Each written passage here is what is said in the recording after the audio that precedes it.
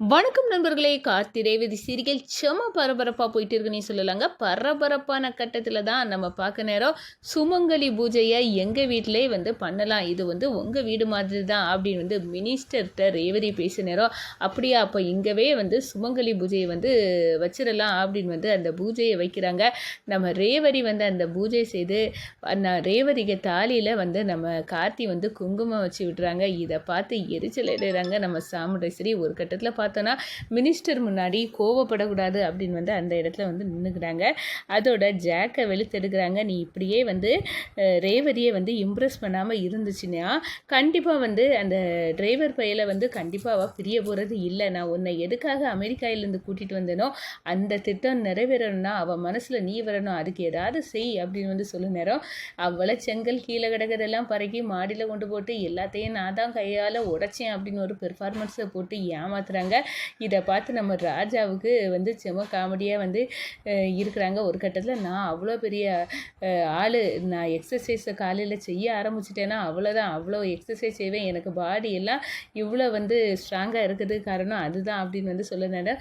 அப்போ தான் நம்ம மயில் ஒரு குத்தி பார்க்குறாங்க ஜாக்கை. அதுக்கே தாங்க முடியாமல் ஜாக் நிற்கிற நேரம் தெரியுது உனக்கு 6 பேக் உடம்பு இப்போ எப்படி இருக்குதுன்னு தெரியுது. அட நான் ஏதோ சாமுண்டேஸ்வரி அத்தைக்காக பெர்ஃபார்மன்ஸ் பண்ணிட்டு இருந்தா நீங்கள் இப்படி பண்ணுறீங்க. ஆனால் ஒன்று மட்டும் புரிஞ்சுட்டு, எக்காரணம் கொண்டோ ரேவதி மனசில் நான் வர முடியாதுன்னு தெரியும், ஆனால் அத்தையை ஏமாத்ததுக்கு தான் ப்ரோ இப்படியெல்லாம் நடிச்சிட்டு இருக்கேன் அப்படின்னு அந்த இடத்துல சொல்ல நேரம். செம காமெடினே சொல்லலாங்க. அதை பற்றி தான் இந்த வீடியோக்குள்ளே பார்க்க போகிறோம். அதுக்கு முன்னாடி சேனலுக்கு லைக் அண்ட் சப்ஸ்கிரைப் பண்ணுங்கள் ஃப்ரெண்ட்ஸ். பக்கத்தில் இருக்க பெல்லைக்கானையும் கிளிக் பண்ணுங்கள். அப்போ தான் நான் போடுற ஒவ்வொரு வீடியோவும் நோட்டிஃபிகேஷனாக உங்களுக்கு கிடைக்கும். வாங்க ஃப்ரெண்ட்ஸ் வீடியோக்குள்ளே போகலாம். ஃபஸ்ட்டு எடுத்த உடனே பார்த்தோன்னா ஒரு செம அதிரடியான பரபரப்பு கட்டம்னு சொல்லலாங்க.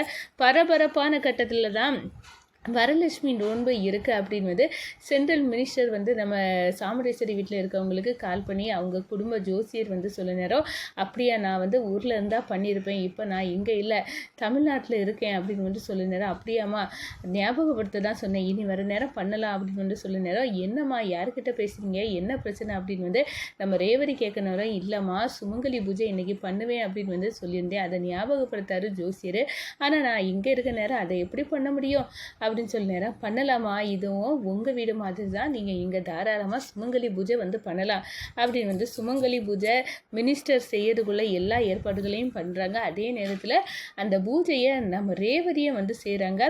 ஒரு கட்டத்தில் செய்துக்கிட்டு நம்ம ரேவதிக்கு தாலியில் குங்குமம் வச்சு விடாங்க நம்ம கார்த்தி. அதை பார்த்து வாயை பிளக்குறாங்க நம்ம சாமுண்டேஸ்வரி. என்ன இந்த கார்த்தி ரேவதிக்கு மறுபடியும் குங்குமத்தை வச்சு விட்றாரு. ஆனால் இந்த நேரத்தில் நம்ம ஏதாவது சொன்னோன்னா சென்ட்ரல் மினிஸ்டருக்கு நம்ம குட்டையெல்லாம் தெரிஞ்சிருந்தோம், அவங்க முன்னாடி நடிச்சு தான் ஆகணும் அப்படின்னு நடிக்கிறாங்க. ஒரு கட்டத்தில் பார்த்தோன்னா நம்ம ரேவதி குங்குமம் வச்சு விட்டதை அதை வாங்கி அப்படியே கண்ணில் வச்சு சாமி கும்பிட்டுக்கிட்டு அப்படியே விட்டுறாங்க. ஒரு கட்டத்தில் நம்ம சந்திராவை பார்த்து, சித்தி இதெல்லாம் புருஷன் கூட வாழ்ந்தாதானே செய்ய முடியும், உங்களுக்கு எப்படி செய்ய முடியும் அப்படின்னு சொல்ல நேரம். நம்ம சந்திரகலாவை அப்படியே அரண்டு போய் நிற்கிறாங்க. நான் தூக்கி வளர்த்த கழுத இன்னைக்கு என்ன இவ்வளோ தூரம் புருஷன் கூட இல்லைன்னு சொல்லியே என்னை நோகடிச்சுது, இதை விடக்கூடாது அப்படின்னு அந்த இடத்துல கொந்தளிக்கிறாங்க. இந்த சைடு பார்த்தோன்னா நம்ம சாமுண்டேஸ்வரி நேராக ஜாக்கு கிட்ட போகிறாங்க.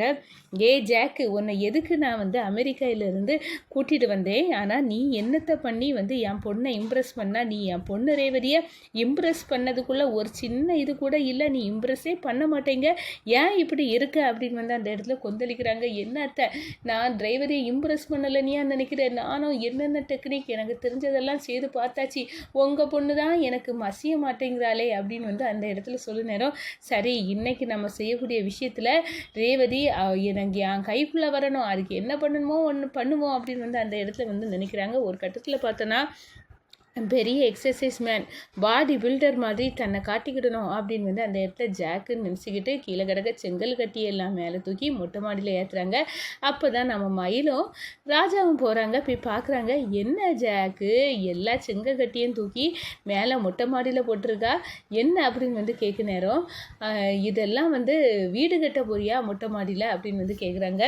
இல்லை, இதெல்லாம் நான் என் கையால் உடைச்சி போட்ட செங்கல். ஓ, நீ உடைப்ப எனக்கு நல்லாவே தெரியும், அப்படின்னு வந்து அந்த இடத்துல சொல்லாங்க. ஒரு கட்டத்தில் பார்த்தோம்னா நம்ம ஜாக் வந்து பில்டப்புக்கு ஓவராக இருக்குன்னு சொல்லலாம். இந்த செங்கல் உடைப்பு எல்லாம் என் பாடி ஃபிட்டாகி அதுக்காக தான் நான் வந்து ரெகுலராக இதெல்லாம் பண்ணிட்டு இருக்கேன். இதெல்லாம் ஒரு வகை எக்ஸசைஸ். தட் இஸ் மை ஹேபிட்யா. அப்படி வந்து கையை காலை உதறி தள்ளிட்டு இருக்காங்க நம்ம ஜாக்கு. ஏன்யா நீ வந்து கையை வலி போந்தது மாதிரி கையை காலை உதறி தள்ளிட்டு இருக்க அப்படின்னு வந்து ஜாக்கை பார்த்து கிண்டலாக கேட்குறாங்க நம்ம மயில். ஏதோ சந்தில் சிந்துற எலி மாதிரி நீ அப்படியே அங்கிட்டு இங்கிட்டு வந்து கையாட்டிக்கிட்டு கத்திட்டு இருக்க. இதெல்லாம் பார்த்தா எக்ஸசைஸ் மாதிரி எங்களுக்கு தெரியல அப்படின்னு வந்து மயில் வந்து சொல்ல நேரம், சாரி உனக்கெல்லாம் எக்ஸசைஸை பற்றி என்ன தெரியும் அப்படின்னு வந்து மயிலுக்கிட்ட ஜாக்கு கேட்க, என் ஆம்ஸை நீ டச் பண்ணு பாரு, சும்மா கல்லு கணக்கா கிங்குன்னு நிற்கும். நம்ம ராஜராஜானுமோ அடே அப்பா அப்படின்னு வந்து சொல்ல நேரம், நிஜமா அங்கிள் வந்து தொட்டு பாருங்க என் ஆம்ஸை அப்படின்னு வந்து அந்த இடத்துல நம்ம ஜாக்கு வந்து காமெடி பண்ணுறாப்புல. அமெரிக்காவில் என் ஃப்ரெண்ட்ஸ் எல்லாம் சில்வஸ்டர் சலூன் வந்து சொல்லுவாங்க, கேர்ள்ஸ் எல்லாம் என்ன வேண்டாம்னு சொல்லுவாங்க அப்படின்னு வந்து சொல்ல நேரம், வேண்டாமா வேண்டானா விட்டுற வேண்டியதானே, அவங்க பின்னாடி ஏன்பா நீ போன ஜாக்கு அப்படின்னு வந்து நம்ம மயில் வந்து கேட்க நேரம், வேண்டான்னு இல்லைப்பா, அதெல்லாம் ஹாலிவுட் ஆக்டர்ஸ்ப்பா, உனக்கு எங்கே தெரியும் இந்த கிராமத்துக்குள்ளே இருந்துட்டு அப்படின்னு வந்து அந்த இடத்துல வந்து நம்ம ஜாக்கு வெளுக்கிறாங்க. சரி எக்ஸசைஸ் எல்லாம் ஓகே, இந்த கல்லெல்லாம் எதுக்காக உடச்சி போட்டு வச்சுருக்கேன்? எக்ஸசைஸ் பண்ண நேரம் டெய்லி 100 செங்கல் உடைப்பேன் அப்படின்னு வந்து சொல்ல நேரம் வாயை பிளக்குறாங்க. அப்பா நீ பொய்ய சொல்ல அளவுக்கு வந்து இங்கே கேட்க அளவுக்கு இல்லை, அந்த அளவுக்கு நீ வண்டி மூட்டை அளவுக்கு பொய்யை இறக்கி விட்டுறப்பா அப்படின்னு வந்து அந்த இடத்துல கலாய்க்கிறாங்க. ஒரு கட்டத்தில் பார்க்கணும், இவ்வளோ செங்கல் உடைச்ச உனக்கு ஒன்று உடைக்க வேண்டியதானே அப்படின்னு வந்து ஒரு செங்கலை தூக்கி வச்சு இப்போ எல்லா கண்ணு முன்னாடியும் உட பார்ப்போம் அப்படின்னு சொல்ல நேரம் நம்ம ஜாக்குக்கு அடிவயிறு கலங்கு. சும்மா ஒரு பெர்ஃபார்மன்ஸுக்கு வச்சா இந்த பாருங்க செங்கல்ல தூக்கி வச்சு இப்படி என்ன கலாய்க்கிறாங்களே, இப்போ ரேவதி கண்ணு முன்னாடி என்ன நான் அவமானப்படுறேன். ஏற்கனவே நம்ம சாமுண்டேஸ்வரி அத்தை நான் வந்து ரேவதியை வந்து இம்ப்ரெஸ் பண்ணலை அப்படி இப்படின்னு சொல்லி தான் இப்படி ஒரு செய்தேன், இப்பவும் வந்து சொதப்புதே அப்படின்னு சொல்ல நேரம், தேவையில்லாததை ஜாக்கு நீ இப்படி போட்டு ரேவதியை இம்ப்ரெஸ் பண்ண ட்ரை பண்ணாத, உனக்கு எது வருமோ அதை செய் அப்படின்னு வந்து சொல்ல நேரம், ஆமாம் அமெரிக்காவுக்கு ஓடிடு உனக்கு அதுதான் வரும் அப்படின்னு வந்து அந்த இடத்துல சொல்ல நேரம் நம்ம ஜாக்கு வந்து செம வந்து அரண்டு போய் நிற்கிறாங்க.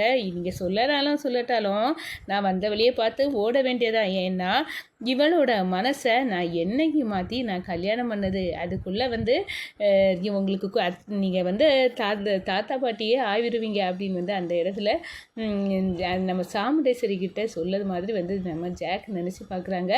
எப்படி பார்த்தாலும் இந்த ரேவதி மனசுக்குள்ளே இந்த கார்த்தி அப்படியே வந்து இருக்கிறான், அவனை வந்து விரட்டி தள்ளிட்டு நான் வர்றது நடக்காத காரியம் அப்படின்னு வந்து அப்படி ஒரு காலமும் நடக்காது, இது எனக்கு தெரியுது, அத்தைக்கிட்ட சொன்னால் நம்மகிட்ட பிரச்சனை ஊக்கி வருவாங்க அப்படின்னு தான் நான் மறைச்சிட்டு இருக்கேன் அப்படின்னு வந்து அந்த எவ்வளோ காலம் இந்த வண்டி ஓடுவோ அவ்வளோ காலம் ஓடட்டு அப்படின்னு வந்து அந்த இடத்துல ஜாக் வந்து நினைக்கிறாங்க.